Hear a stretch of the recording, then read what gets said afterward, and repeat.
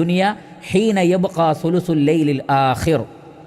നമ്മുടെ റബ്ബായ അള്ളാഹു എല്ലാ രാത്രികളിലും രാത്രിയുടെ അവസാനത്തെ 3 അഥവാ രാത്രിയെ 3 ഭാഗമാക്കി നമ്മൾ വിഭജിച്ചാൽ അതിൽ 3-ാമത്തെ ഭാഗത്ത് അള്ളാഹു സുബ്ഹാനഹു വ തആല 1-ാമത്തെ ആകാശത്തേക്ക് ഇറങ്ങി വരുന്നു.